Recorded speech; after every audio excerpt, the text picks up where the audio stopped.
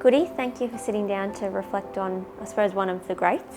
There was a lot of emotion in the room today. How did you take the news? Oh, look, it was devastating. Clearly, there's a lot of emotion in the room. A lot of tears, as you could understand, not only from Gus, but from myself, teammates, and guys that have spent a long time with him. He meant so much to so many people in terms of the way he's been able to build this footy club.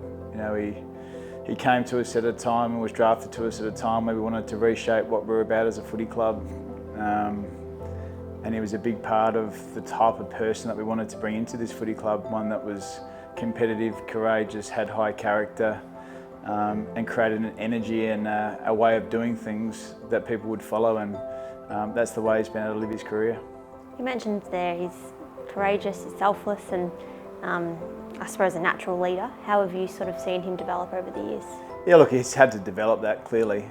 We knew that when he came into our environment, that's where we wanted to take him on that journey with us, and he's exceeded everything that we would hope for. He's got the ability for people to follow him. He's got some real quirks and humour and smarts about him where he can bring a unity to an environment that not many can.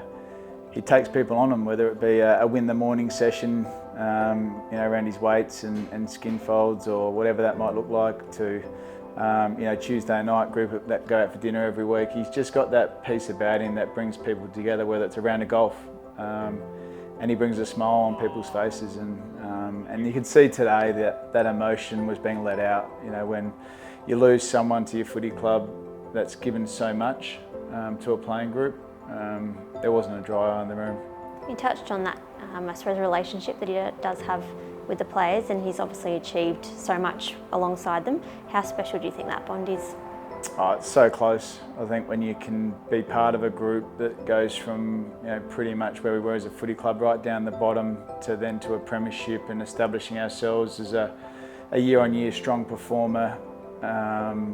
He's got an incredible bond, because through that journey it wasn't just linear. It was ups and downs, there were challenges, there was criticism, and he's been a part of holding that glue together, which has seen us through that adversity, seen us grow and seen us come out the other end for that ultimate success. And he's now got the club into a position where we perform to a really high level consistently, and that's going to be his legacy. He's going to leave the club in a lot better place than where it started, and that's something that not all people can say within footy clubs, but he can. And obviously he's achieved a lot when it comes from an on-field point of view. Is there some favourite memories of yours? Oh, clearly the game in Alice Springs, I think, was when everyone really stood up and took notice of Angus Brayshaw. Was in 2018. I think he had 37 possessions, kicked 3 goals, and was everywhere to be seen on that day. And that escalated to finishing third in the Brownlow that year. But for me, it was the 10 minutes in the third quarter in the grand final, where it just typified everything you want to see about our footy club, everything you want to see about Angus Brayshaw was there to be seen. He was the guy that stood up for us in the big moment when the team was challenged, when the team needed someone to be tough, strong, resilient. He was the one that picked up the team and said, "Come with me, boys, it's time to change the look of this game." And that's a 10-minute patch of footy that the Melbourne Footy Club will always remember Angus Brayshaw for, and one that I'll always be thankful for. And you mentioned his bond with his teammates, and do you think, given the emotion, that this will sort of, I suppose, galvanise the group and somewhat play for Gus in 2024?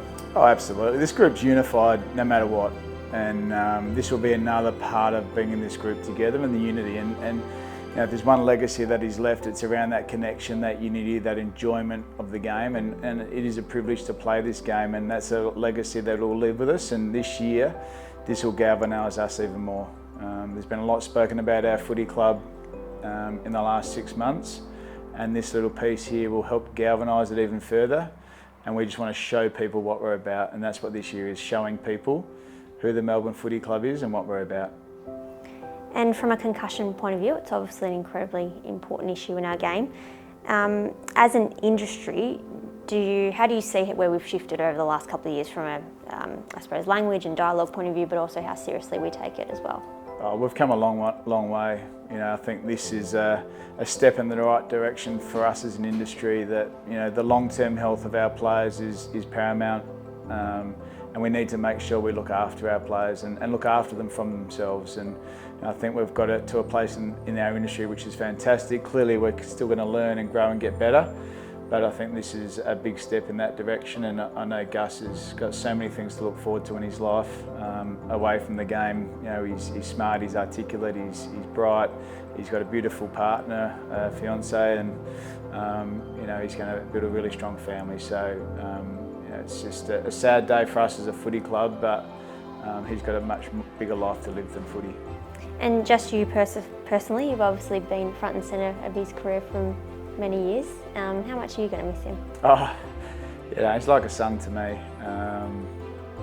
You know, when I first came to the club, I was a young coach that was starting my journey. He was a young player starting his, and you see him grow from an 18-year-old that's come into our system a little bit raw to where he is today and the man that he's leaving. You know, you look at him as like a proud father, and I'm sure Sticks does all the time, his dad, but as a coach, that's what you love to see in a player, see him grow not only on the field but off the field. And you know, I lose a bit today losing him. He's a special person and someone that I'll always be in contact with.